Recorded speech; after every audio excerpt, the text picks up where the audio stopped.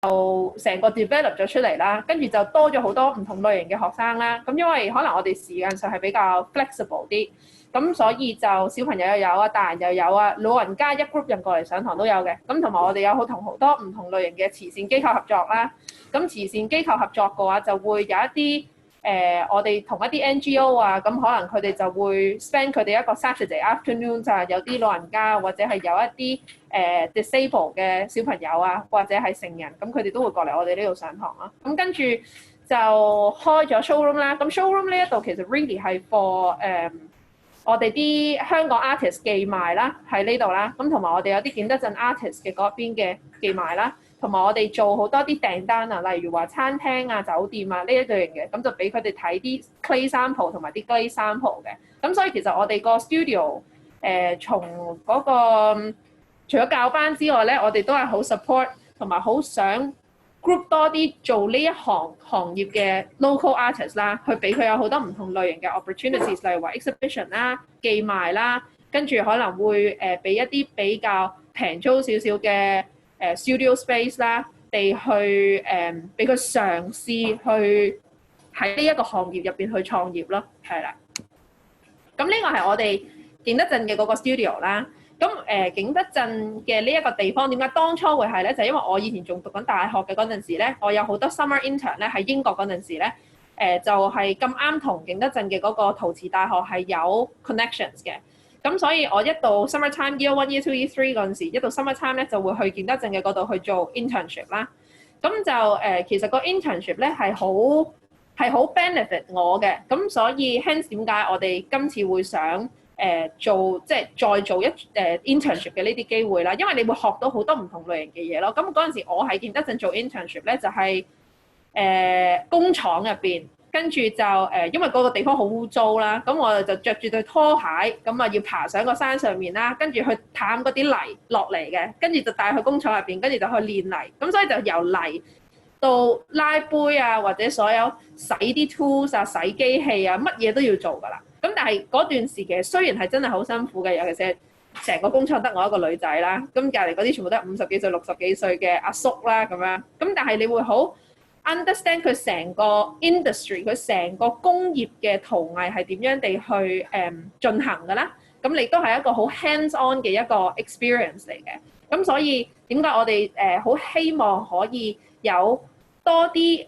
諗住行呢一個行業嘅學生啦，或者係 future graduates 咧，佢哋可以有呢一種類型嘅 opportunities，佢哋有呢個機會可以去睇下景德鎮嘅陶瓷嘅，除咗工廠之外，或者係你喺香港做一個 artist 同埋 studio practice 之外，睇下佢哋究竟成個陶瓷嘅嗰個行業其實係有好多唔同類型嘅 position，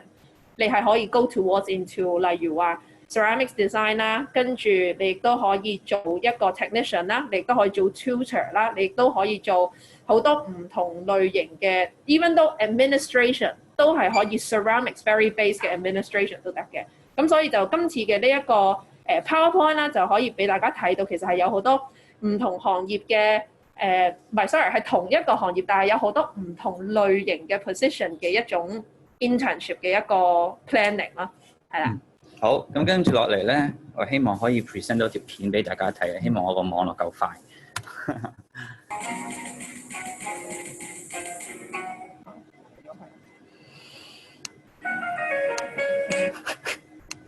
OK， 好。係咪好叻啊？係咪有啲窒啊？大家係啊，窒唔緊要嘅，我會遲啲會upload 上網俾大家去 download 去睇。咁啊，呢一段片其實係講關於景德鎮啦，我哋嘅studio 啦。咁我亦都有我哋請咗隊 crew 去一齊拍咗一個短片去介紹我哋嘅 studio 啦，同埋當地一啲陶瓷嘅特質嘅文化喺裏邊嘅。咁嚟緊咧就去分享下我哋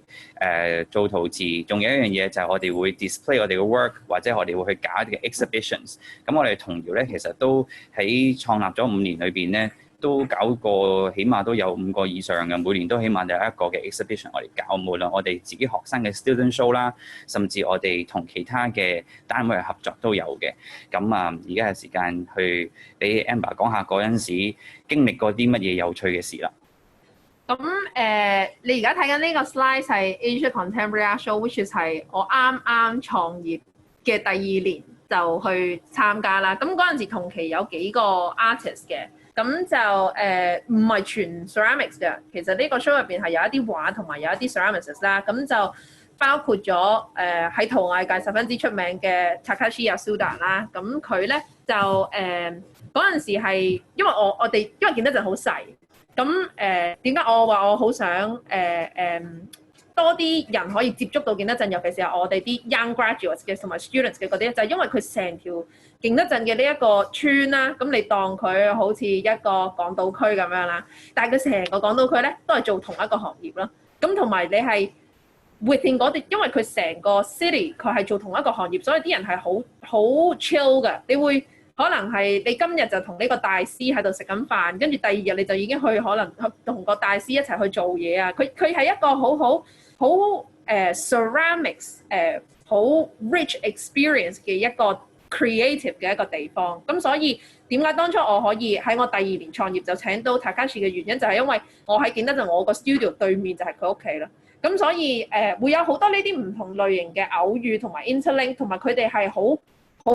passionate about 呢一樣嘢嘅，因為全部大家都係做緊同行嘅嘢，咁所以你會學到好多呢啲唔同種類嘅範疇嘅嘢，同埋同好多唔同嘅 experience 嘅一啲 artist 去同佢哋做朋友啦，係啦，咁就呢個係 contemporary art show 啦，跟住就下一個呢一個係當初 PMQ 邀請我哋去做嘅，當初我做喺柴灣嘅嗰陣時咧 ，PMQ 嗰陣時跟住佢已經 contact 咗同我哋講話，佢好想做一啲 ceramics related 嘅嘢啦。咁就叫我喺一個space 入邊咧，就去將佢做一個中西嘅合璧嘅一樣嗰個 theme 個主題就係中西合璧嘅。咁所以當初我就請咗個英國嘅藝術家 ，which 亦都係我以前讀大學嘅一個同學啦。咁跟住同埋就係景德鎮嘅一個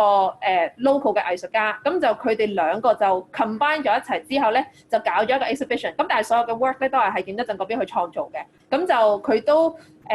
因為 PMQ 佢 support 我哋做呢一件事啦，咁所以俾咗我哋一個 space 去俾佢做一啲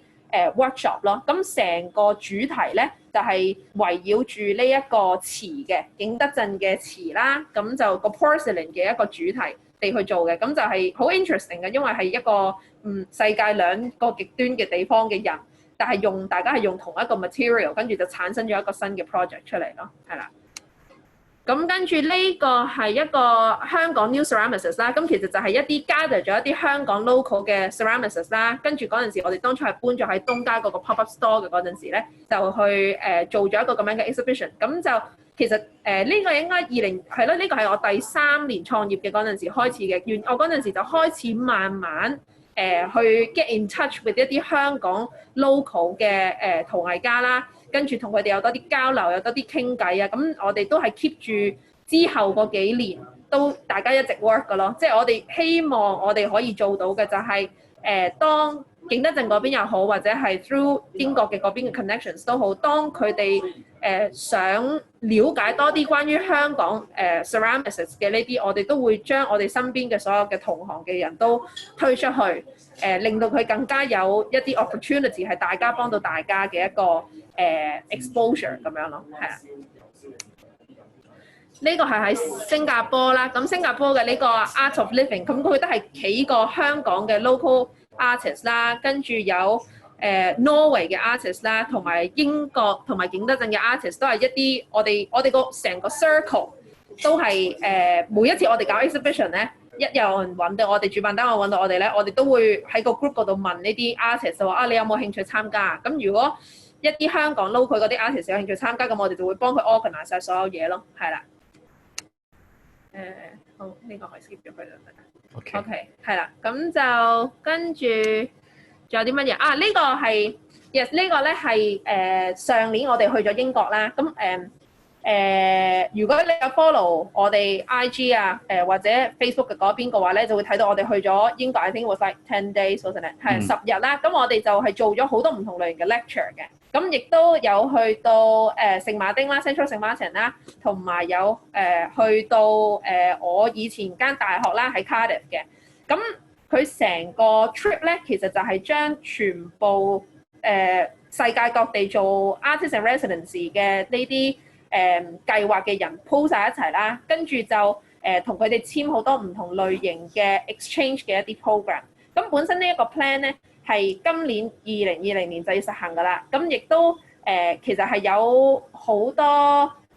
Central Saint Martin 又好，或者係我以前 U 英國唔同嘅做陶藝嘅嗰啲學生，其實係會過嚟景德鎮，跟住我哋景德鎮呢一邊就會再 bounce 啲學生過嗰邊嘅。咁但係因為疫情嘅關係，咁所以就 delay 咗啦呢一樣嘢。咁就係咯，咁我哋本身今年係 focus on 呢一個咁樣嘅 project。咁如果當我哋我嗰陣時個 planning 係諗住呢一個 project 如果均順咗之後咧，咁就會有一啲可能香港呢邊嘅 local 嘅 ceramics 就可以有呢一個 opportunity 去到英國去做呢啲6個禮拜嘅 exchange 咯。咁係啦，我哋 skip，thank you。咁呢個就係我以前學校。Mayfield School 係我以前讀嘅嗰間 high school，咁所以點解我話 arts 同埋 ceramics 係分開嘅咧？所以就係咁可能我好彩啦，因為嗰間學校入邊個 arts 同埋 ceramics 係分開，而嗰個 ceramics 個 level 係好高嘅。咁所以我嗰陣時讀緊書嘅嗰個就係乜嘢都要做咯。其實就係由泥同展覽，我哋全部嘢都需要去做嘅。咁就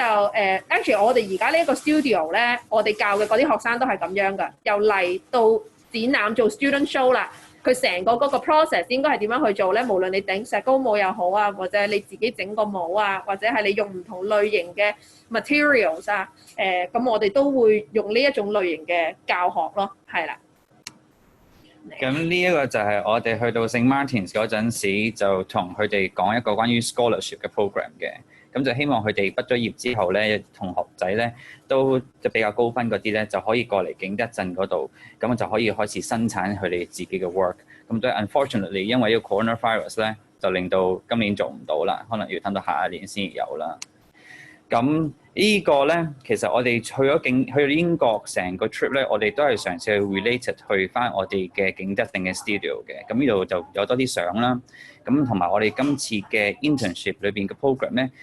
景德鎮都係 one of the part of it。咁所以而家就有啲相可以俾大家睇。咁其實呢個 slide 之後咧會有一個 video 嘅。咁啊好可惜個網比較慢啦。咁所以我諗個 video 我就繼續 show 出嚟，咁我就會直接去 jump 去講關於 internship 嗰一 part 㗎啦。咁我哋而家童謠就有一個 internship 嘅 program 係 open for two positions 嘅。咁係一個6個月嘅 internship 啦。咁係一個3日喺童謠，我哋童謠工作室，我哋喺上環嘅。咁頭3個月咧，你哋就會去試好多唔同嘅崗位，咁我哋會有教陶瓷啦，我哋要有陶瓷嘅 admin 啦，咁即係話負責去做 book 堂啊，甚至去同學生去聯絡啊嘅重任啦。而且我哋會有 marketing team 啦，marketing team 裏邊會有 graphic design， 會有我好似我咁樣，我會不停去對外嘅，好似一個做 project 形式嘅崗位啦，甚至可能會跟住 Amber 去做一啲 business 上邊，因為 Amber 其實仲有一啲嘅會出去揾一啲 customise order， 即係頭先講緊 hotel 啊，或者啲餐廳啊，有陣時有啲單咧，我哋都會去處理嘅。咁我哋要知道究竟個製作過程啊，點樣同去景德鎮嗰邊嘅廠去聯絡啊，點樣同啲客去講，點樣溝通。因為我哋除咗去教陶瓷係一個業務，其他嘅 area 我哋都好注重。咁 that's why 我哋覺得我哋可以去俾同學去有一個機會去實習喺每一個唔同嘅崗位嗰度，去俾佢哋知道其實當然你可以去醉心於做自己嘅作品都可以係出路。咁但係除咗做作品之外，其實仲有好多嘅方向都係可以去選擇嘅。咁就希望透過呢一個internship， 就希望可以俾到大家多啲嘅機會去接觸。原來陶瓷唔係就係做泥嗰一 part， 其實仲有好多 part 都可以 involve 喺裏邊嘅。咁係啦，咁入到嚟做 internship 嘅話咧，我哋會 offer 一個24小時 access。即係24小時你都可以嚟我哋 stay 翻喺我哋嘅童謠嘅 studio 嗰度做嘢啦。咁同埋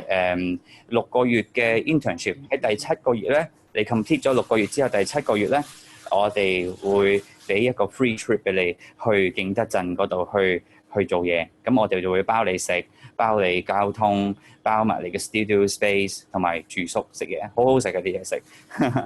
係啦，咁咧好啦，咁啊頭先 briefly 講過童謠有啲乜嘢嘅 career path， 其實可能每一間 studio 都有佢哋自己嘅唔同嘅service。咁啊 mainly 係會係教班 tutoring。咁我自己本身都係有教班，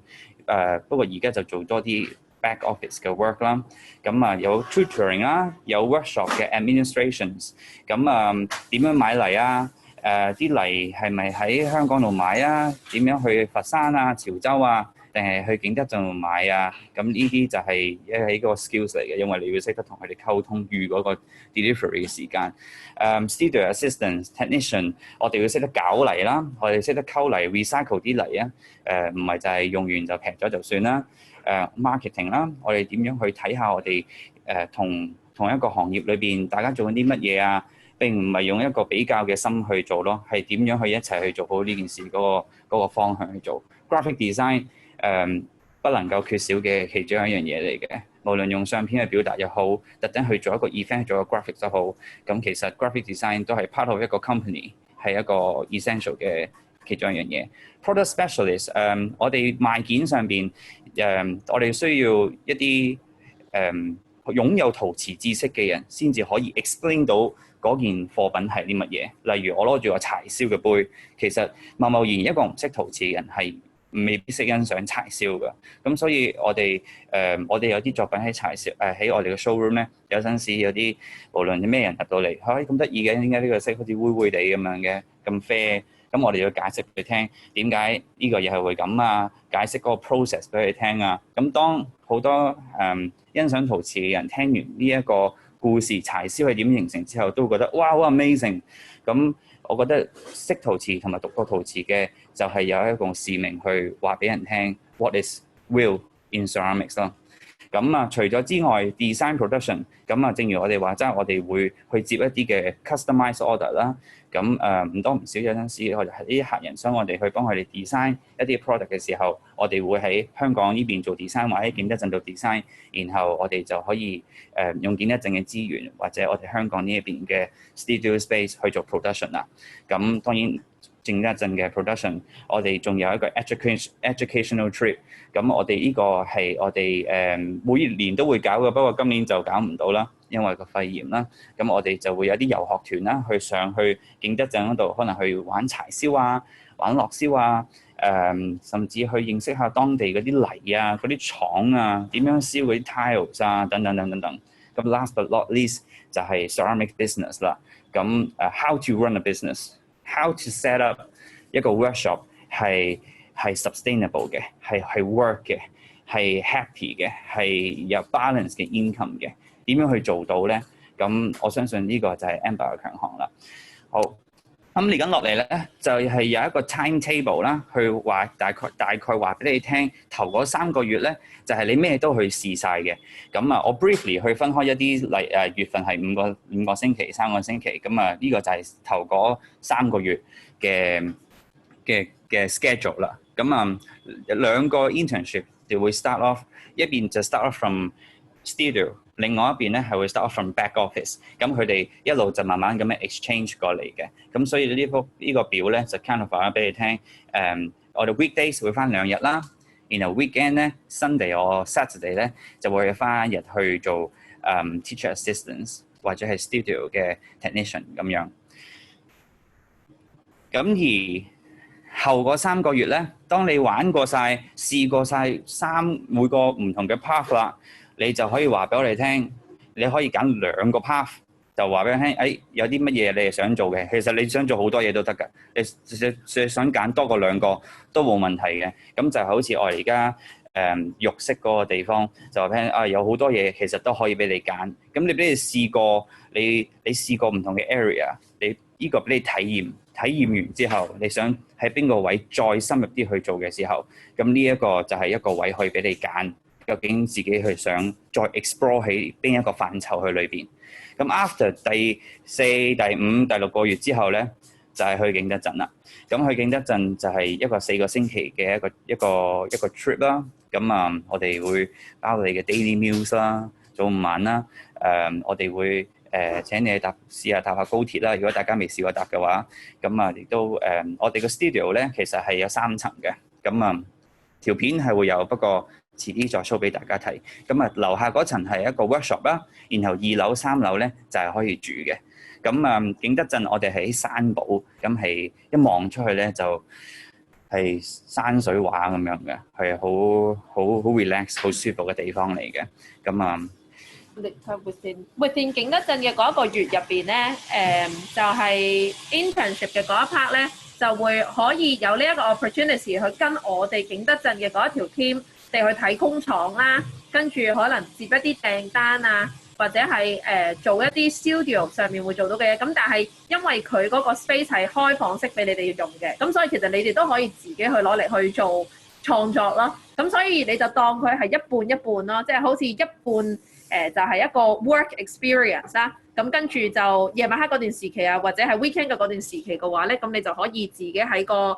景德鎮嘅嗰個呢個城市入邊去 explore 啊，做下你哋自己嘅嗰啲 project 啊，咁就 freely 嘅，全部都係你可以免費去用個 studio 嗰個 space 去做你自己嘅嗰個創作咯。好。咁之後咧，呢個就係我哋嘅 requirement for 我哋嘅 internships 啦。咁我哋係 looking for 我哋嘅 final year students 啦。甚至你哋 grad 咗1年 within 裏邊嘅，咁 from visual art from BU。咁of course 你有一個 huge passion 啦，你要好中意做陶瓷啦，因為呢個機會係得2個機會啦。咁希望大家可以 grab 呢個 chance 去諗下自己個方向係點，或者呢個係一個可以俾你去 explore 自己想去做啲咩嘅其中一個 pathway 嚟嘅。咁我哋會有一個交通津貼俾大家，每一個月係1000蚊，然後就係咁樣啦。咁 thank you so much。咁而家就交翻俾 Alex。Alex， 你咪 unmute Alex。係啊，我要唔記得咗 unmute 我自己個咪。咁係多謝阿 Amber 同埋阿 Edmond 啊，咁可以有一個咁詳細嘅 presentation 俾我哋咧，知道即係你哋嗰個即係創辦嗰個歷程啊，同埋即係都有一個咁好嘅機會啦，俾我哋AVA 嘅同學仔，咁就佢哋可以好似阿 Amber 咁樣，就係之後有機會喺香港啦，同埋景德鎮咧，可以去做一個實習。咁頭先阿 Amber 都講咗就話。你喺嗰個景德鎮嘅實習嘅過程嘅期間咧，你都獲益良多啊嘛，即係知道咗好多唔同嘅工作嘅崗位啦、流程啦咁樣，以至於咧你而家喺景德鎮同埋香港咧，其實都 set up 咗一個工作室咁樣。其實我有少少問題都想問下兩位講者。咁其實大家觀眾咧，其實都可以即係踴躍發問。可以大家好似正如我開始嘅時候講咧，就係可以咧就係喺個 chat room 度，你可以將你嘅問題咧就係打出嚟啦。又或者係可以直接咧係話俾我哋聽，你係有問題或者你有其他 comment 係想表達啊想講嘅話咧，都可以話俾我哋聽嘅。咁我哋咧就可以係如果你想係由我哋去講個問題出嚟，你就打個問題，我哋就會讀出嚟啦。咁大家一齊傾。如果你係真係好想係自己去問啊咁樣嘅話咧，我哋都可以係將你個咪咧係即係 unmute 咗，然之後你就可以直接去同阿 Amber 同埋阿 Edmond 咧直接去對話傾偈啦。不過我喺呢度想問下兩位講者先，就係第一個問題咧，其實我想了解下，因為你哋都經歷咗有差唔多5年啦，我相信都創業嘅過程入邊。你會唔會從你嘅經驗咧，覺得喺即係景德鎮同埋香港呢2個地方去做陶瓷咧，其實各自呢2個地方有啲乜嘢嘅強項，又或者有啲乜嘢嘅限制咁樣咧？咁樣，因為我諗其實對於我哋嘅今日嘅觀眾咧，好多都係啱啱即係做緊，都好熱衷於做陶瓷，好似你哋2位咁樣。咁但係可能佢哋未必好認識，就係喺香港呢個地方啦。其實佢哋做陶瓷呢一個範疇咧，其實有啲咩機會，或者係其實係有啲咩 potential 咧咁樣，或者係有冇一啲嘢其實係喺香港你會覺得係真係好難嘅，反而可能喺景德鎮亦都有一啲嘅機會出現，甚至乎但係我哋亦都可能對即係相對之下就係其實景德鎮亦都有一啲嘅其他嘅限制，甚至乎其他地方你去過，可唔可以同大家分享一下呢一方面你嘅經驗？OK，香港好坦白地去講啦，你喺香港一個咁 money driven 咁金錢嘅一個城市下咧，要去做一個藝術行業，其實真係十分之困難嘅。咁嗰個困難嘅程度係真係你唔做落嘅嗰一刻，可能你都唔知道有幾困難啦。咁通常即係我哋做開 studio 嘅嗰啲身邊嘅朋友，佢哋都會成日都會大家溝通，大家去講呢啲咁樣嘅問題。咁我係一個好 realistic 嘅一個人嚟嘅，我好真實嘅，總之講嘢好直接嘅嗰種噶啦。如果你要喺香港呢一個地方地去做陶藝嘅呢一樣嘢嘅話咧，唔係冇可能嘅，就絕對係有可能嘅。但係你要明白嘅就係你需要，我諗你係需要付出1000倍嘅努力咯。咁嗰1000倍嘅努力地係點解要咁樣講咧？而係你一開始要去開一個工作室嘅嗰陣時咧，可能有好多唔同類型需要去做到嘅嘢咧，一開始開嘅嗰陣時會覺得好美好嘅，但係你做下嘅嗰陣時，你就會發現其實有好多嘢都要自己去管嘅，即係講緊係由買邊種泥啦，價嗰個價錢啦，究竟你教嘅嗰隻泥係咪每一個學生都適合去用啦？跟住你嘅嗰啲glazes 啦，你用嘅嗰啲油啦，究竟你係要買 commercial 嘅油啊，定係你要買自己去配 chemicals 嘅油啦？即係呢個係 materials 嘅一個好細範疇。例如話你個爐啦，你要一個乜嘢類型嘅爐啊？你睇鋪嘅嗰陣時啊，你個爐嘅嗰個電力 support 到你個電啊？你又要睇下你附近周圍嘅嗰啲人容唔容許你去做呢一件事啦。所以即係如果你係真係一個好 basic 去睇一間開一個 studio 嘅話，呢啲係最basic 嘅 question， 你要去問你自己可唔可以做得到呢一樣嘢咧？如果你話係我幾個 friend 一齊地去合租嘅，一齊地去做嘅，冇問題嘅呢一樣嘢。咁但係點樣去maintain一個 studio 咧？點樣去 keep 住嗰個 studio 去 running 咧？跟住你又要開始去接學生啊、教班啊，跟住去慢慢遇到唔同種類嘅人啊，嗰啲人仲要係未必適合或者係未必識任何關於陶瓷嘅嘢嘅。咁當我哋做陶藝嗰陣時，大家都明白有好多嘢我哋係冇辦法可以控制得到啦。無論你係幾多年嘅一個藝術家都好啦，你幾咁出名都好啦，都有好多問題係你需要嗰一下去解決嘅，或者點解燒下突然之間開咗個爐之後爆咗咧，或者點樣咧？有好多呢啲 problem solving 咯，我哋叫做。咁所以做陶藝呢一個行業，如果你真係好想做陶藝嘅，你想同班朋友一齊去開一個工作室嘅 ，first of all 你唔可以玻璃心咯，呢一樣嘢。第二樣嘢嘅就係唔好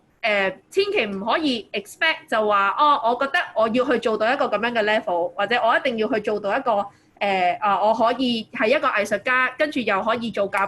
班兼顧嘅。冇錯，你係可以做到呢一樣嘢，但係呢個係講緊可能係10年後或者20年後好 idealistic 嘅一個result 出到嚟嘅。咁所以喺香港呢個地方嚟講，其實係十分之需要手工藝行業嘅，呢個真係嘅。咁亦都有好多人會好 appreciate 你呢一個手工藝行業啦。咁但係你話係咪佢係咯？佢係十分之困難，你好難去攞到嗰個 balance 㗎。即係你又唔可以太過藝術得嚟，因為咁樣你未必可以 support 到你自己。但係如果你又太過 commercial 咧，你又可能會冇咗你嗰個藝術嘅嗰個 passion 喺入邊嘅。咁所以呢個係除咗係帳面上嘅一樣嘢，點樣去 run 呢一個 business 之外咧，你自己心入邊你自己都要，你要有好一個好 clear 嘅 mindset 去知道究竟嗰個 balance 係點樣去攞咯。Unless 你一開始已經知道其實我嗰個目標我係要做到咁樣嘅，或者我個目標係 end up 我淨係可能一直都係教班嘅啫，或者係我個 end up 就係我諗住教班，好啦，等到我可以儲到一筆錢啦 ，financially independent 咗之後，跟住我就再去做一個藝術家都得嘅。但係你個 planning 一定要十分之好。我收得最多嘅 request 嘅就係學生啱啱畢業，同班朋友一齊租咗一個 studio， 跟住可能自己有個 IG 嘅 shop， 跟住可能賣下自己嘅作品，跟住可能話大家合租嗰個係畫畫嘅，跟住嗰個係可能做皮嘅或者咩，跟住我哋合租一齊地去做。呢個係一個好好嘅 starting point，但係我亦都有好多身邊做同行嘅人會話翻俾我聽，佢哋唔會 sustain 得到咯。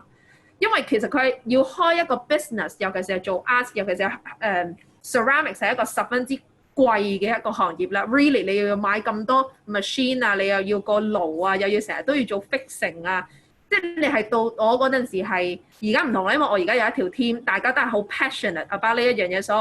我哋10個人成條 team 入邊，我哋係乜嘢都做嘅，大家都做嘅。咁但係嗰陣時我自己一個人喺柴灣嗰陣時係講緊洗廁所通渠都要我自己一個人去做㗎啦。所以係你就要由嚟啊，慢慢去 explore 啦，到可能話哦，真係 end up 你同啲客可能去傾偈啊，去教佢哋做陶瓷啊，你會 build up 咗好多 relationship， 你要 build up 咗好多 connections 嘅。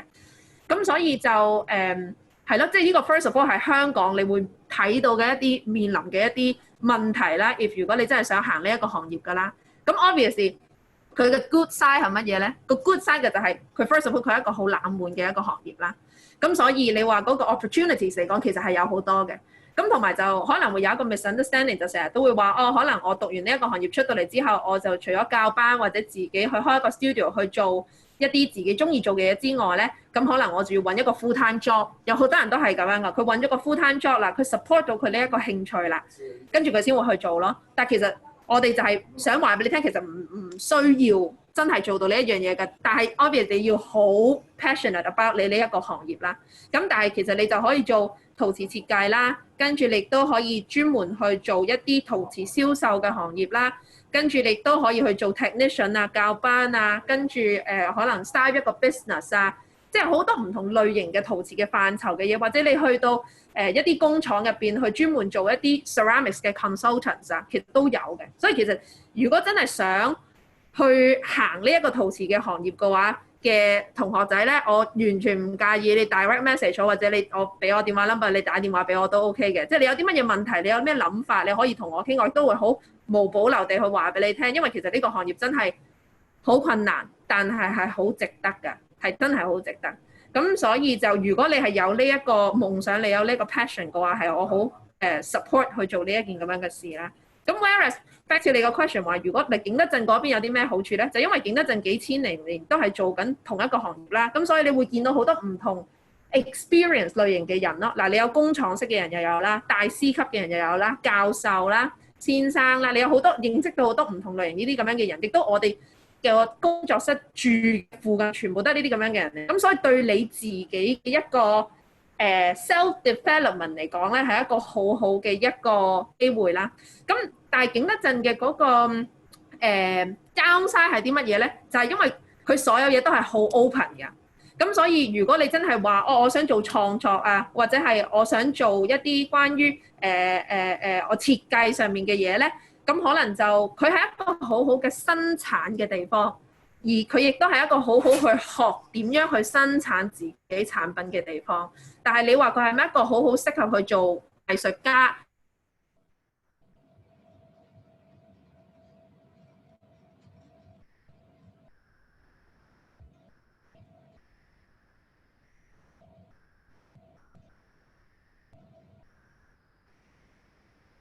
？OK， yes。sorry 啊，聽唔聽到啊？sorry。聽到啦，我哋啱啱 lost 咗有幾個有啲字聽唔到。你啱啱講緊景德鎮嗰個。OK。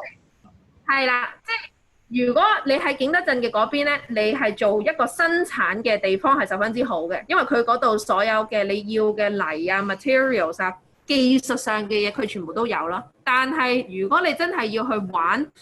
visual 上面嘅，例如話設計啊，跟住例如話我係做一啲展覽啊，諸如此類咁樣嗰啲嘢咧，咁可能景德鎮就未必太過適合啦，因為佢哋太過工廠化。咁realistic 嚟講咧，就係如果你出咗一個好好嘅設計嘅話，你去到嗰邊你一定會被人抄咯。咁所以即係如果你要一個好坦白嘅 answer 嚟講係咁樣，但係佢係一個好好嘅生產嘅地方，而亦都係如果你係做陶藝嘅人嚟講嘅話，我係好 urge 你要去睇啦，因為我的確係因為我嗰陣時係去睇咗，我 experience 咗之後，我明白到一個 studio 嘅 ceramics 嘅同一個生產式嘅 ceramics 嘅嗰個區別係在於邊度，咁跟住先可以 develop 幫助到我開我而家呢一個工作室咯，係啦。OK，咁其實我都收到有一啲嘅問題咧係嚟自觀眾嘅，咁我就不如一路讀出嚟啦。咁如果大家繼續有問題都可以一路 post 出嚟，或者話俾我哋聽，你可以自己親自問都得嘅。咁其實咧就第一個問題咧，我收到嘅就係佢有觀眾想問下咧，第一個資金嘅來源係嚟自邊一度喎？即係我諗係關於你哋個工作室嘅情況。第一個資金嘅來源係來自邊一度？係創業 first。咁另外我覺得有一個 follow up 嘅問題，我就都想問嘅，就係會唔會可以講下香港個市場咧？即係對於即係你嚟講，你嘅觀察咧，係陶瓷喺香港嘅市場主要譬如係分開有邊幾類嘅來源咧咁樣。即係我諗頭先第一個問題係講緊關於 income 即係除咗話嗰個 start off 個 seed funding 之外，之後。頭先我哋講緊話最重要嗰個係一個 sustainable 嘅 business 啦咁樣。咁我哋我唔知道你兩位可唔可以同大家講下，其實按照你嘅觀察咧，其實香港個 market 其實係嗰個 segmentation 大約係點樣嘅情況咧？OK， 咁答翻嗰個 first 嗰個 income， 即係第一筆錢係點樣嚟㗎啦？咁咧我第一筆錢開柴灣嘅呢一個 studio 嘅嗰陣時咧。係因為我讀大學嘅嗰一段時期咧，我係攞獎學金去讀嘅。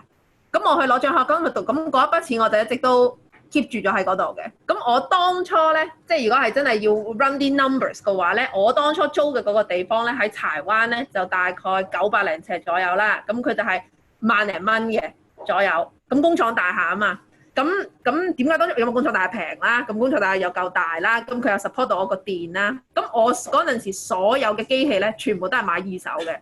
咁我就二手嘅嗰啲，因為你冇可能買到一部，因為一部拉杯機都已經好貴，何況至一個爐咁樣啦。咁所以我全部都係買二手㗎咋。咁所以嗰陣時就可以 maintain 到嗰筆資金地去繼續 keep going 咯。咁但係點解當初我會 realize 到原來係要開始教班啦？因為我之前未教過班㗎嘛。咁就教班嘅嗰陣時，一開始咧，我諗大概可能我自己一個人教啦，咁我就真係由朝教到晚嘅嗰陣時。咁我唯一一個可以 approach 人哋教班嘅就係 Facebook 咯。你就 set up 一個 Facebook page， 跟住你就喺 Facebook 嘅嗰度去同人哋講我有呢個咁樣嘅教班嘅嘢啦。咁跟住之後啲人就會嚟㗎。咁但係你一開始 start off 嘅嗰陣時咧，你個價錢咁梗係一定要平啦。咁如果你可以慢慢識得點樣去計到嗰啲數咧 ，crunch 嗰啲 numbers 嘅話咧，咁就係要 take 一個好長嘅 process 㗎。咁但係我就比較 lucky，我比較 fortunate 嘅原因係可能因為咁啱嗰一段時期嗰個 market 夠好啦，我就發現其實可能我一直喺柴灣呢一邊，可能我淨係可以收到30% 嘅人嘅啫。但係其實原來我搬咗一個 pop up store， 話我 pop up store 嗰陣時都係2萬蚊一個月，去試咗3個月嘅。但係我就 realize 原來我係可以食到大概60個至到70% 嘅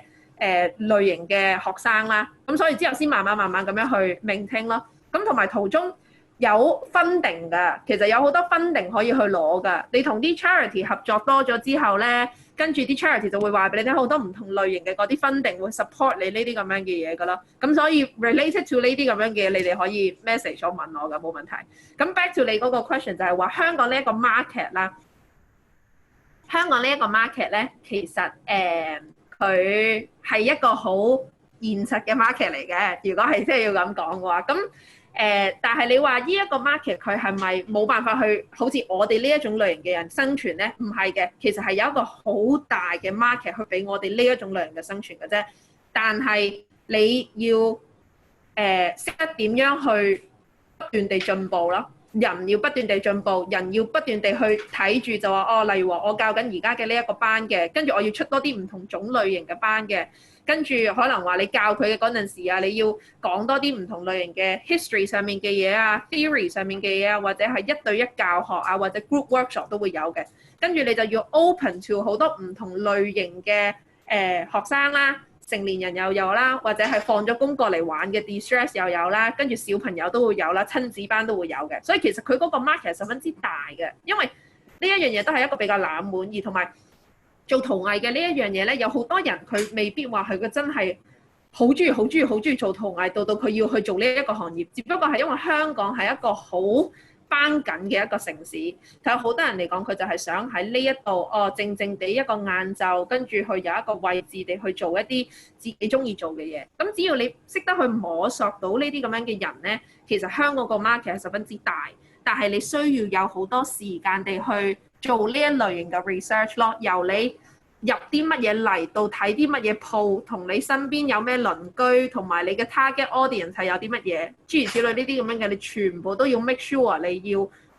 行喺同一個路線上面咯。千祈唔好因為某一啲原因，所以就覺得啊冇乜可能㗎，或者啲乜嘢嘅咁。喺呢一個行業嚟講係絕對唔 work 咯。我所有嘅嘢我都係一步一步自己去慢慢試，自己慢慢去嚟，覺得啱嘅就 OK， 唔啱嘅咁咪再 switch 第二個 part 地去做咯。但係到即係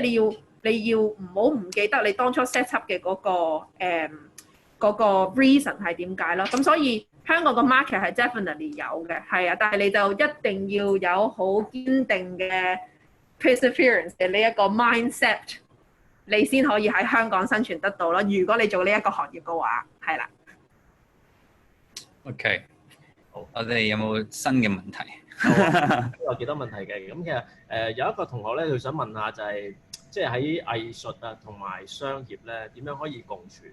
我諗佢嘅問題咧就係，即係當藝術家佢覺得自己有一個創作方向或者做作品係好，但係可能未必係喺商業上咧被接受啊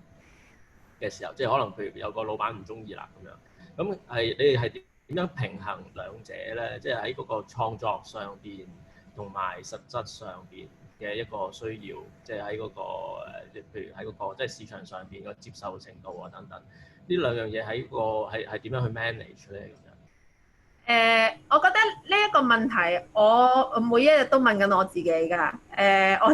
我日日到每次公司開會咧，我哋成日個 home meeting，我哋都會傾到呢一個問題。我諗呢個問題係我諗我冇一個 definite 嘅 answer 咯。而 I'm sure 呢一個問題係全世界做緊藝術行業喺香港呢啲咁樣嘅 money driven 嘅城市，每一個人都有呢一個咁樣嘅問題咯。我可以講嘅就係 first of all 你要明白到你自己想做啲乜嘢先。如果你自己係真係純粹為興趣而覺得我又唔係真係為咗即係唔需要話呢一樣嘢去做到一個大紅大紫嘅一樣嘢嘅話 OK， 咁可能你可以選擇性去教班，因為教班係一個好 stable 嘅一樣嘢，而教班你會不斷地去 maintain到你自己嘅嗰個 skills 啦，同埋你會不斷地進步嘅人與人之間嘅溝通啊，或者你去試唔同種類嘅泥啊同埋 glaze 啊呢啲咁樣嘅嘢，都會唔太一樣啦，係啦。咁呢個係一啦。咁如果例如話你想做藝術行業嘅生意，例如話買賣之類嘅嘢咧，買賣之類嘅呢啲咁樣嘅嘢咧，你好睇人嘅啫，真係好睇人，因為你賣藝術品啦，你冇辦法去 get into 嗰個買家嘅嗰個人個腦入邊咯。咁所以你一唔係咧，你就靠你把口；一唔係就靠你把 skills 嘅。即係如果你真係要講買賣嘅呢一樣嘢，咁你就睇呢一個行業呢一 part 嘅話係唔係 suitable for 你嗰個 personality 同埋你嘅嗰個性格啦。咁同埋仲有好似例如我中意做 design 嘅，咁 design 其實係 make 一個好好嘅一個 living 嚟㗎，好好嘅 income 㗎。陶瓷 design/product design 啦，係一個好好嘅 income 嚟，無論你係香港 market 又好，大陸嘅 market 又好，外國嘅 market 都好啦，因為佢係一個好 specialist 嘅一樣嘢嚟嘅。咁所以如果你真係想做藝術，但係你有 looking for 一個比較 stable 少少嘅 income 嘅話咧，咁我會 suggest 你去行呢一方面嘅嘢咯，去研發一啲新嘅產品啊，去做呢一種類型嘅 design 咯。咁所以就佢哋全部都好，可能因為佢比較規範咗係做藝術行業啦，咁所以啲人就會覺得做藝術家就未必賺到錢啦。但係其實如果你將佢 break down 咗去唔同範疇入邊嚟講嘅話咧，其實係 OK 㗎，你係有出路㗎。咁但係 when it comes to 將呢一個藝術同埋呢個生意去點樣去將佢做到一個 balance 咧？我諗我可以而家呢一刻去答到嘅呢一個問題嘅就係我每一日都嘗試去揾緊呢一個答案啦。但係你話我呢一樣嘢，我係咪真係話可以到我60年後或70年後，我係咪真係都可以揾到呢個答案呢？我諗唔係咯。我諗因為每一日都變緊，而每一日我哋面臨嘅嗰個 target audience 都唔一樣嘅。但係我唯一可以做到嘅就係我識得幾多，我會教幾多咯。我認為覺得啱嘅，我認為覺得 work 嘅，咁我就會 keep going 地去做咯。咁當你做到一定嘅時候嗰陣時，你就會睇到嗰個反應出到嚟係點樣㗎啦。咁當你睇到個反應之後，咁你咪會 realize 哦，呢一堆嘅 market 喺呢一個 area 嚟講，原來係 work 嘅，係咯。咁所以你話係咪真係佢嗰個生意上同埋佢嘅藝術上係咪做到嗰個 balance 咧？唔係話唔可以，可以，但係佢個 balance 係每一日都改變緊，同埋要視乎睇下你係要一個 steady 嘅 income 啊，好穩定嘅一樣嘢啊，定係你係話哦，我真係好想做一啲 project 之類嘅嗰種類型嘅嘢。咁大家嗰個 income 嘅嗰個條件啊，或者嗰個諗法都唔一樣啊，係。好，非常之好，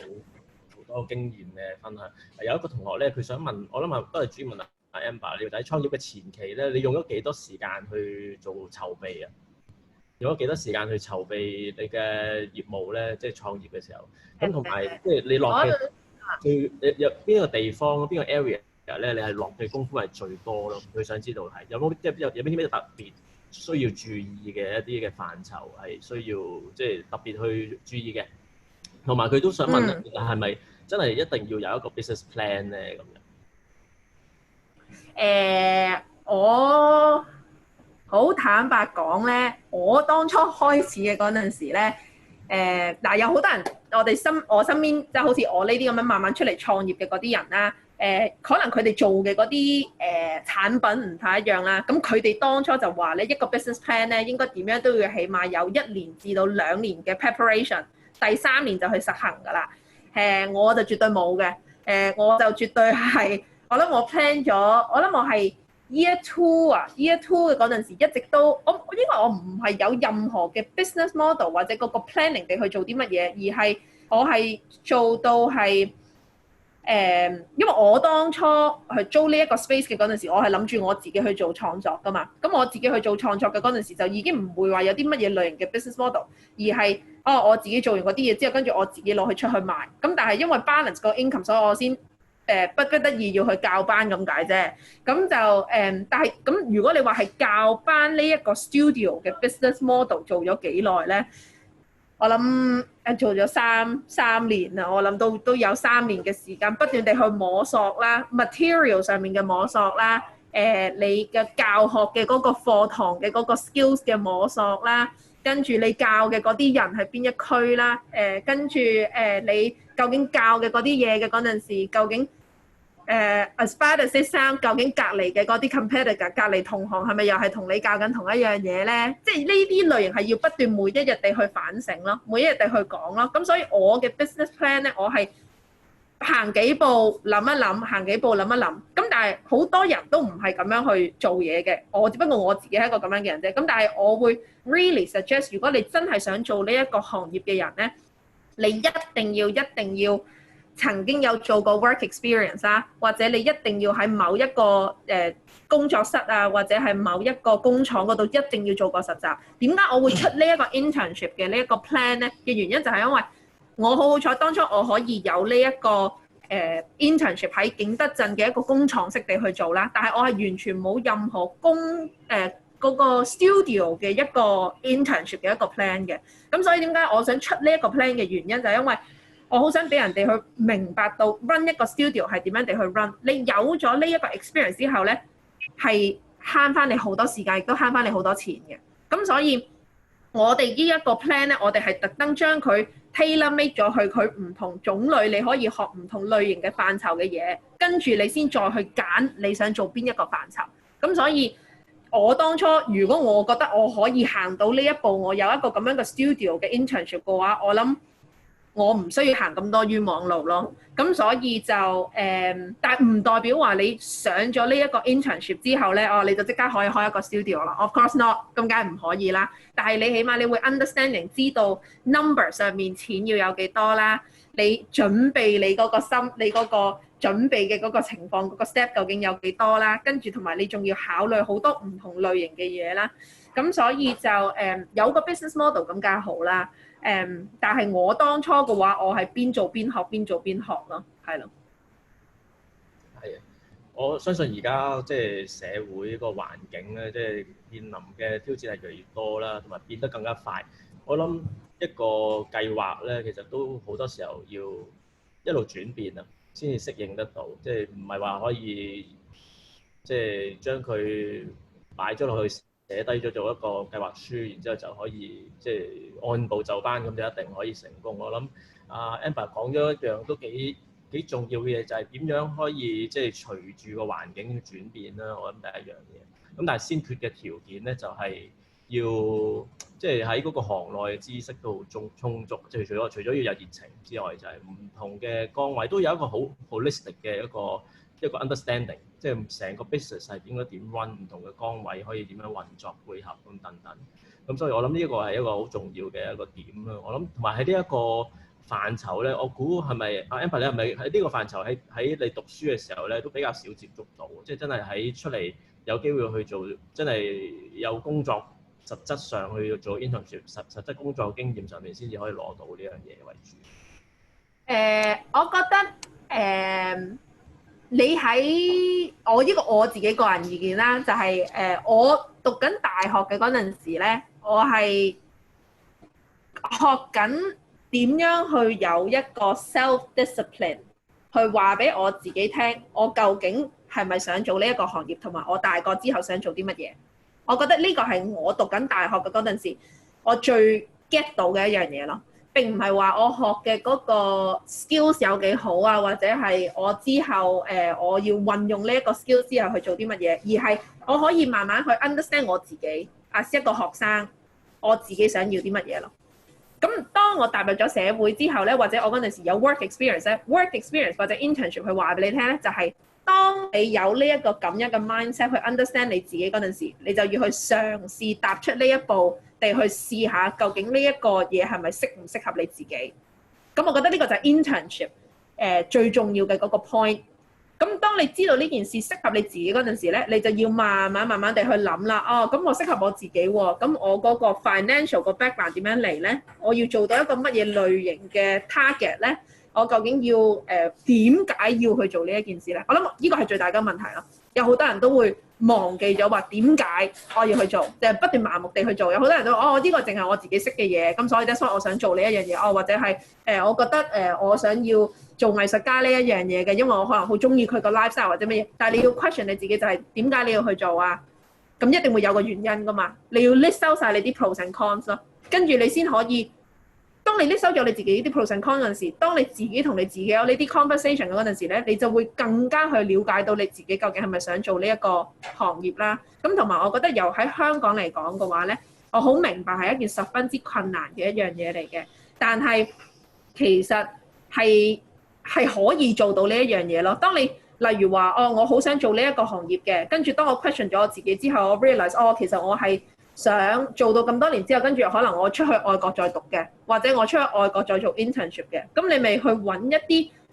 opportunities 同埋揾一啲機會係已經嗰個機構同外國係有關係㗎啦。即係呢啲咁樣嘅 minor 嘅 detail 位置係你自己要去慢慢自己去 explore 㗎。講就好似講到好容易，好似好完美咁樣啦。咁 obviously 做嘅話就絕對唔係呢一回事啦。咁但係你都要繼續 keep 住有呢一個 mindset 去話俾你自己聽。我從來冇諗過我同樣會做到咁大咯。我真係完全冇諗過呢一樣嘢。但係我發現咗嘅就係，當我越做得越耐嘅嗰陣時咧，其實我係將我以前喺大學教我自己，或者係我 absorb 到先生教我嘅嗰個套嘢，其實你會好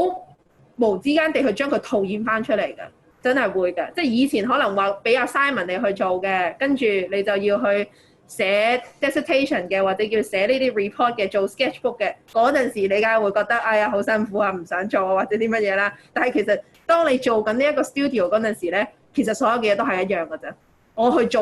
research 一個例啦，去放我啲學生去用啦，跟住或者係我有個 exhibition 嘅，跟住我個 exhibition 俾咗個 task 俾我，佢有個主題嘅，我又要去 execute 呢一樣嘢啦。其實同以前同大學嗰啲反覆嘅嗰啲嘢其實係一模一樣。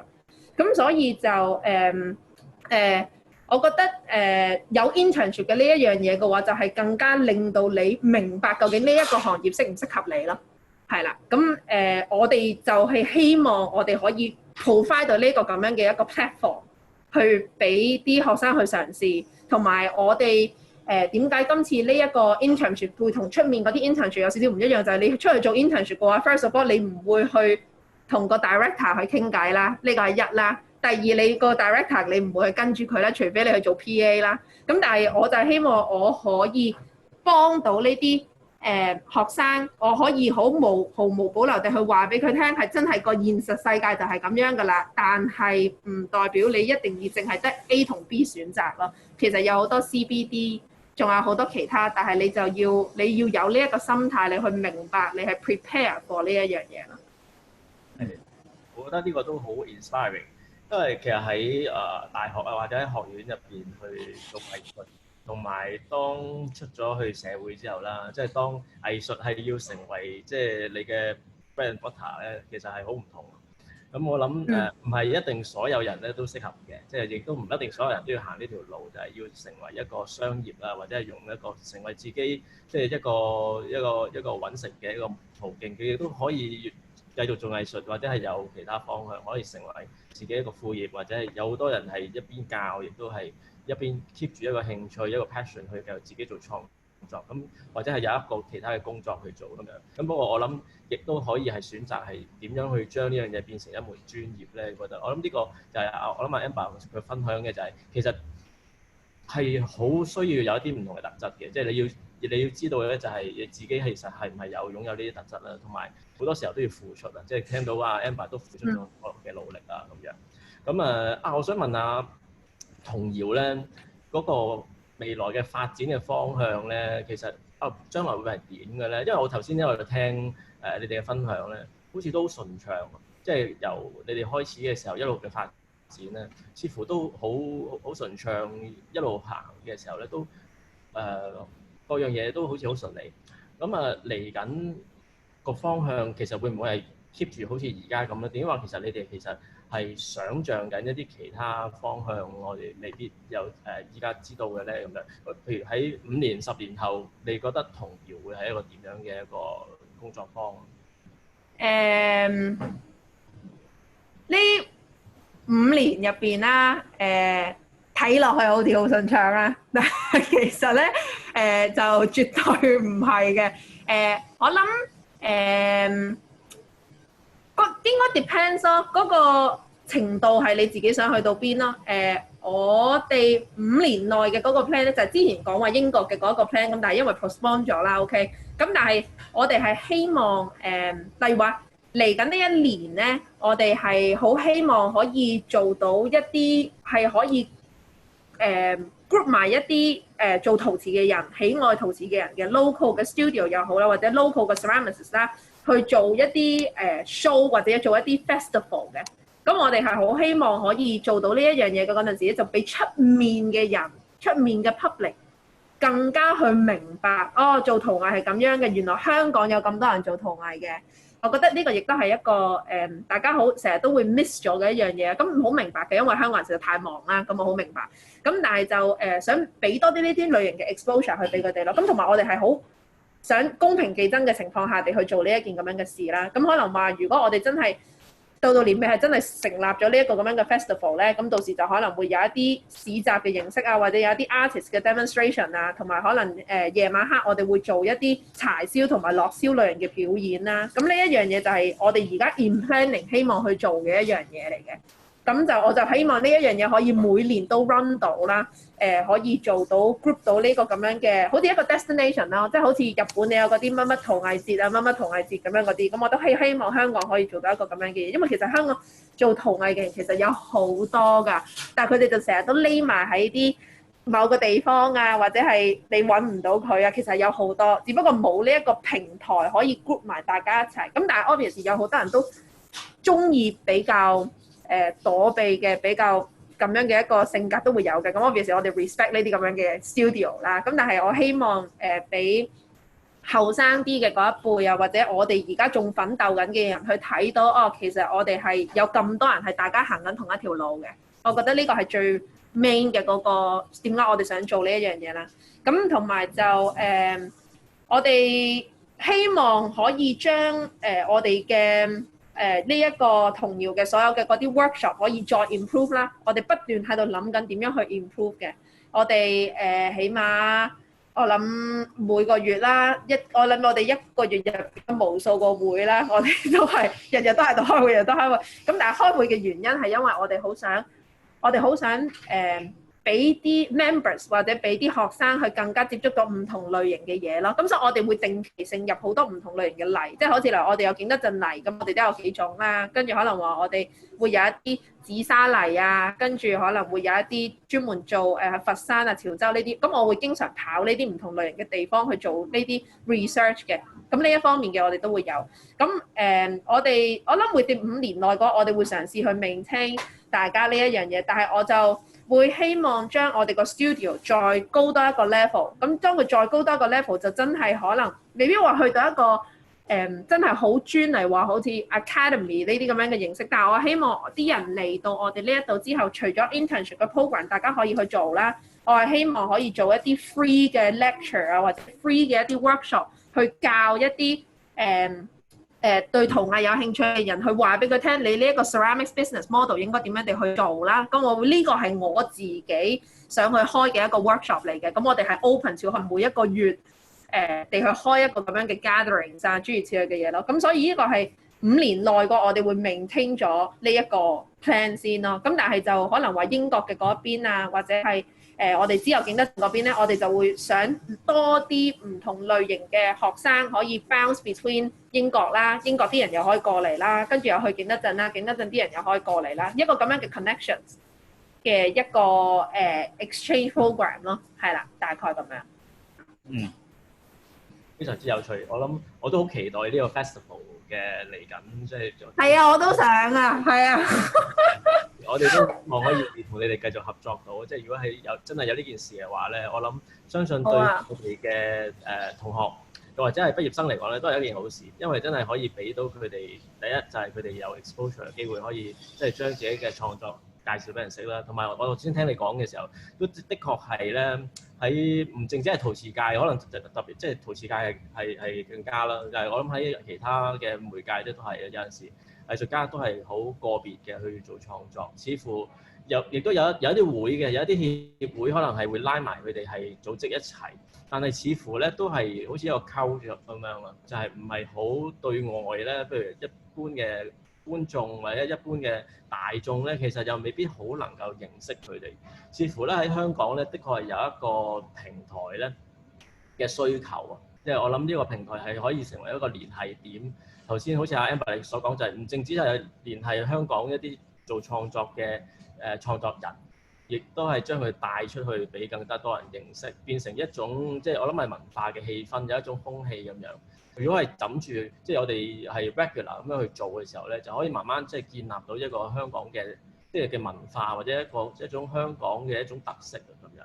咁所以我諗呢個都重要，以至將呢樣嘢可以點樣去帶出去俾。或者聯繫到一啲唔同嘅城市啦、國家啦嘅人，可以大家互相分享。其實喺香港嘅周邊咧，我諗都有好多地方可以大家去參考啊、去睇啊。佢哋可以亦都過嚟去交流啊啲咁樣。咁所以我諗其實想像到嗰個畫面咧，頭先 Amber 嚟講嗰個未來嘅發展咧，應該係幾豐富，一個好豐富嘅畫面嚟嘅。咁啊，期待嘅。咁啊，的確係希望可以真係做得到呢樣嘢。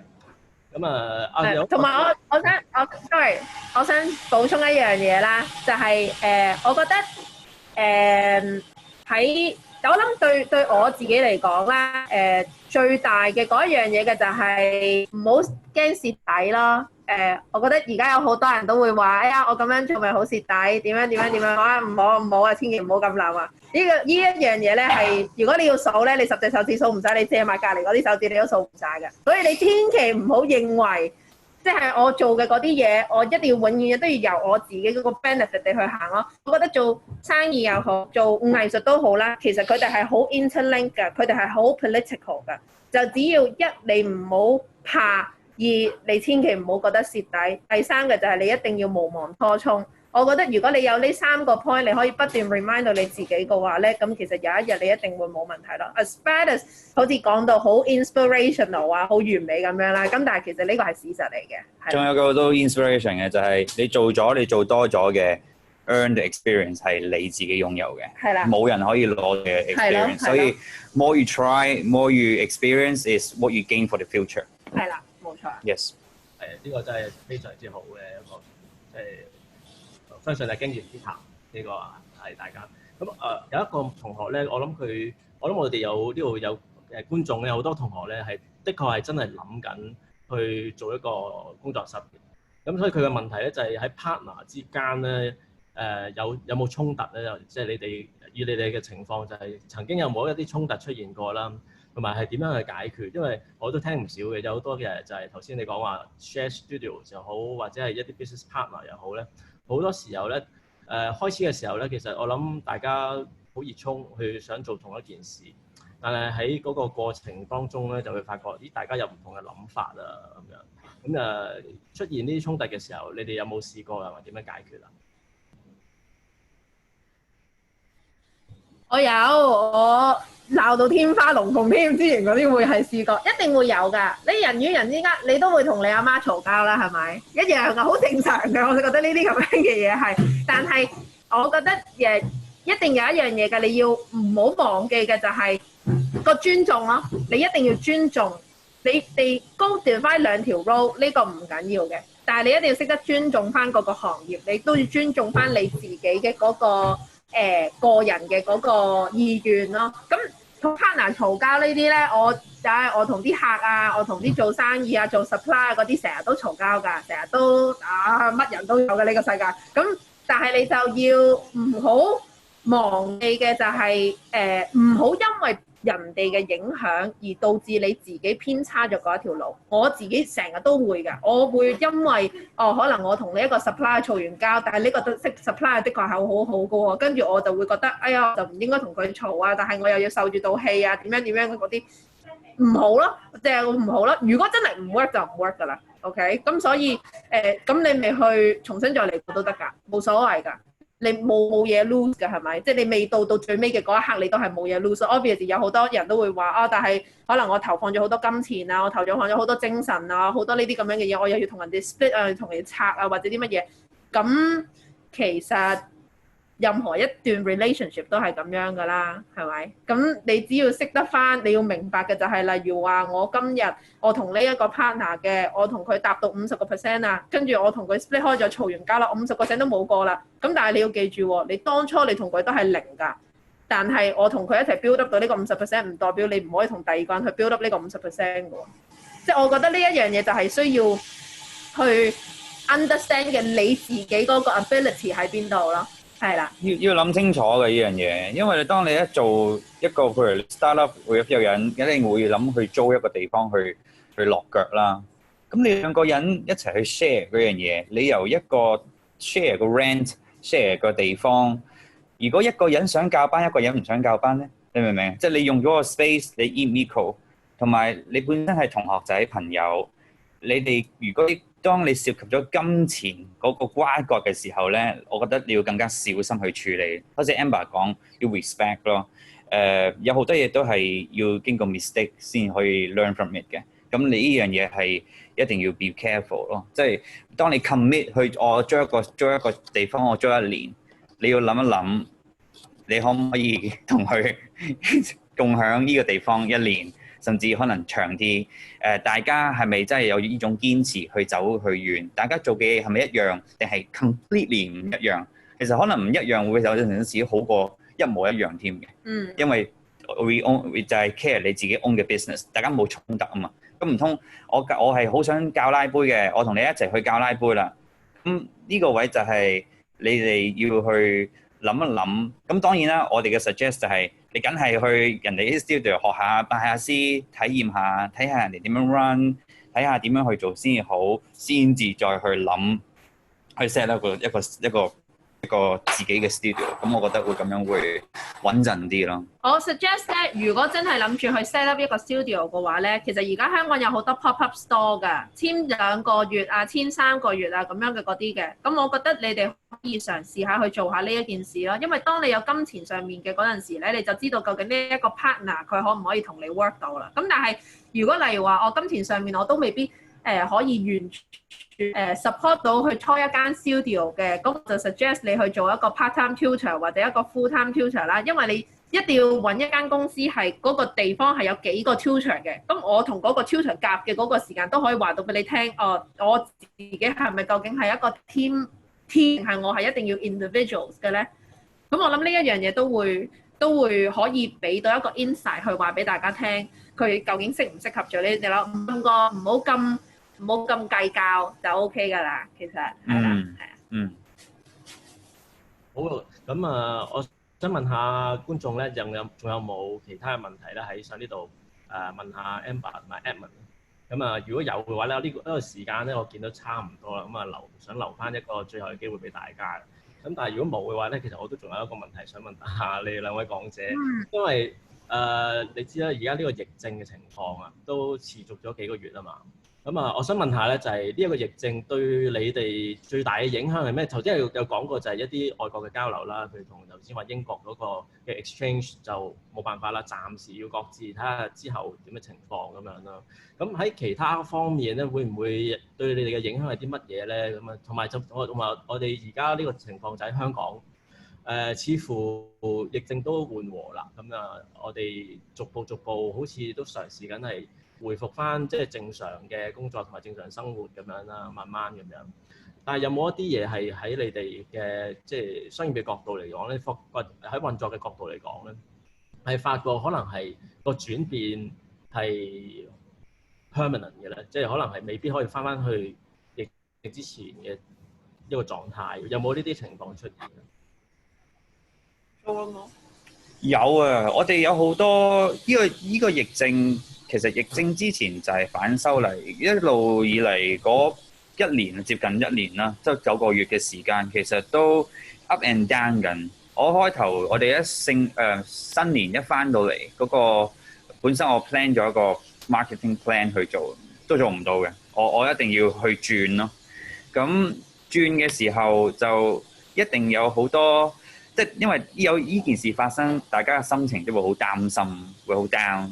但係同時亦都會好擔心公司呢一方面，即係兩樣嘢都要去，又擔心同事 handle 到，會唔會大家都好驚中招啊？或者點樣保護自己啊？開唔開好啊？其實好多 decision 都要 make。咁我哋有兩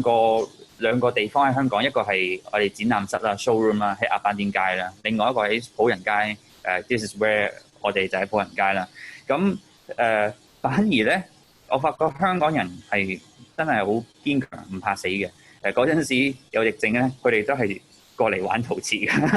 好多人都過嚟玩。咁可能有啲人翻唔到工啦，就會過嚟租場啊，自己一個人去鑽研啊。反而其實疫症係令到我星期1至5呢段時間咧，係多咗人過嚟去磨下啲時間消遣下咁樣。最大影響會係 retail 咯。其實所有香港嘅 retail 而家都係受影響，因為少出街變咗，你去唔到間鋪頭，你睇唔到，你就買唔到，你都唔會有 income 喺嗰個位。我哋嗰個 showroom 試過有1個月係靜到不得了，可能數埋因為幾百蚊嘅 income 啊，幾千蚊。100蚊咯，好似得。係啊，好少。你租都交唔到啊，糧都出唔到啊，乜都冇㗎。係啊，咁我喺公司個崗位，我就會好擔心。死啦！啲同事點樣出糧咧？因為我都識好多朋友啊，都要停薪留職啊。咁我梗係唔想我公司我嘅同事會遇到同一個遭遇啦。咁唯有就係睇喺邊一個位去攞翻一啲嘅 income 去冚翻自己嘅 loss 咯。咁其實呢一個係好似打緊仗㗎。其實我會形容係捉緊棋咁樣嘅，但係你同緊一個時勢一齊去捉緊棋啊。咁你要留意啦。我係做 marketing 嘅，我要對外，我要睇，我要 observe 嘅。咁我要不停去睇，跟住就做咗一個特別嘅 package 嘅，就係俾人哋可以寄一個件，一個數件去去俾人哋屋企，翻屋企俾小朋友去畫畫，然後可以俾佢拎翻嚟，我哋幫佢做翻個有燒透明油，跟住參加比賽。咁呢啲係復活節嘅 event，即係呢啲係變咗係你要喺呢個所謂嘅亂世裏邊，你要盡快俾人哋去揾到一個 sparking point，然後你攞住嗰個位去放大，你就係做咗第一個。你做第一個咧，就 you are the lead of the market。就係咁樣。This is how I believe。所以我係新年一翻到嚟，我好 panic 嘅，我係哇好緊張啊，點算啊？即係有啲咩我可以做啊？我做啲乜嘢啊？我好擔心，好多嘢擔心。但係其實你擔心係啱，你緊張係啱，因為你唔緊張，你唔 care 呢件事。但係 when the time comes，你係會 figure out 一個答案出嚟嘅。只要你不停去 observe， 不停去諗解決方法。就好似做 art 就係不停咁樣 problem solving， 我哋不停就係 problem solving，like art and design。好啊。咁阿 Amber 有冇補充啊？冇啦，但係如果你哋同學上面有啲乜嘢問題啊，你乜嘢都可以問嘅，即係你生意上面又可以問啊，或者你要教學嘅內容啊，或者應該用邊個 supplier 啊，或者你就如果你有個 business model 啊，你有啲 ideas 嘅，你都可以同我 share 嘅。如果你唔介意同我 share 嘅話，你都可以問我，都可以話到俾你聽。你嘅我唔會 obviously 我唔會話我一定完全啱啦，呢個絕對唔係嘅。但係我就只係會話到俾你聽我嘅 experience 咯。咁所以就如果你真係想嘅話，可以 send email 俾我啦。咁 send 咗 email 俾我之後咧，我可以俾我 WhatsApp 電話 number 俾你哋嘅。咁你哋都可以隨時 WhatsApp 俾我啊，有啲乜嘢問題你都可以問我哋嘅，或者 anytime 你想約一個時間 grab a coffee or something，咁你都可以過嚟我哋個 studio 參觀我哋 studio 又得啊，或者係我哋而家樓上3樓有好多 U 嘅學生啦，咁所以你哋都可以過嚟 hang out 一下咁樣咯，係啦。好啊，咁多謝你哋兩位啊，即係好 generous 啦，即係 share 你哋除咗時間啦，仲有就係即係俾咗機會。即係我哋嘅學生咧，即係有一個了解親身，即係了解你哋第一身嘅經驗。咁另外就係真係可以俾佢哋嚟緊我哋有一個 internship 啦。頭先阿 Edmond 有講過就係如果有興趣，真係有志於做呢個陶瓷方向嘅一個專業發展咧，就真係可以係有落場啊，可以去真係攞一啲工作嘅經驗，實際嘅工作經驗，無論喺香港或者喺景德鎮兩方面兩個城市。咁呢一個 scheme 即係最嗰個嘅截止日期咧，就係5月11號，咁就仲有大約2個星期，下個禮拜一咁樣就會係截止嘅。咁如果有興趣嘅同學咧，就真係可以諗，同埋即係將你個 portfolio 咧就整理一下，然之後 send 俾我哋，咁我哋會再喺入邊咧去再揀選咁樣嘅。咁就阿 Amber 同埋 Edmond，你哋有冇其他嘢可以或者想同觀眾去最後講一講啊咁樣？你有冇啲乜嘢啊？我想講我哋自己同姚嗰條 team 啦，咁我哋就有10呢邊有10個，跟住景德鎮嗰邊有5個，係啦。咁我哋就好細嘅啫，我哋自己。咁但係就我哋係好似一個 family 咁樣嘅。咁所以如果我會想講係 rather than treat it as 一個好似去一間公司度做嘢或者啲咩，其實係 it's more welcome 你入嚟我哋呢一個家庭入邊咯。我哋啱今日朝頭早，我哋先大家一齊叫外賣，跟住一齊食飯啦。咁跟住我哋係會開會嘅形式，我哋都係咁樣嘅。同埋我哋係好大家用同一個腦㗎，並唔係話我要做啲乜嘢 Edmond 就要做啲乜嘢嘅嗰一種咯。佢會 bounce 佢嘅 ideas，佢會俾我，所以我哋成個嗰個 environment 入邊咧。我哋係好支持大家可以俾到自己嘅 point of view 出嚟嘅，咁所以就如果你係參加呢一個 internship program 嘅話咧，我哋都好希望可以有呢一個 opportunity 去俾你將你嘅 ideas 去 put forward 啦，或者係你有啲乜嘢係唔識得嘅，或者係想去多啲去 develop 嘅，咁你都可以揾 related to 我哋呢一啲人喺入邊咯，係啦，就係咁。好啊，我就冇其他啦。OK。係啊，今日我哋真係獲益良多嘅，今日真係你分享咗係好多唔同方面你哋嘅經驗同埋一啲睇法咁樣，真係學到好多嘢。我喺呢度即係多謝兩位，即係今日抽時間預備一個咁好嘅 presentation 俾我哋，同埋即係解答咗好多問題啊，其實都咁啊，同埋都了解到多啲你哋之後嘅發展啦。咁樣我喺呢度都祝你哋咧，就係嚟緊嘅一啲嘅計劃咧，可以即係順暢咁樣如期咁樣去繼續進行咁樣。好多謝你哋各位。咁啊，我哋今日嘅講座呢度完啦。多謝。多謝大家，希望可以大家有時間再傾偈。咁我哋下個星期三咧，同樣時間咧，我哋仲有一節嘅講座嘅。咁啊，大家可以留意下我哋嘅公佈啊，有消息。係喎，我哋未 show our face 啊，我個樣係咁樣嘅，in case 喺條街度撞到我個樣係記住咁樣嘅。呢個係，我個樣。我唔知呢個樣係點，但係 it's okay。OK，好啊，thank you so much。 Thank you。係，多謝，好，拜拜。Okay。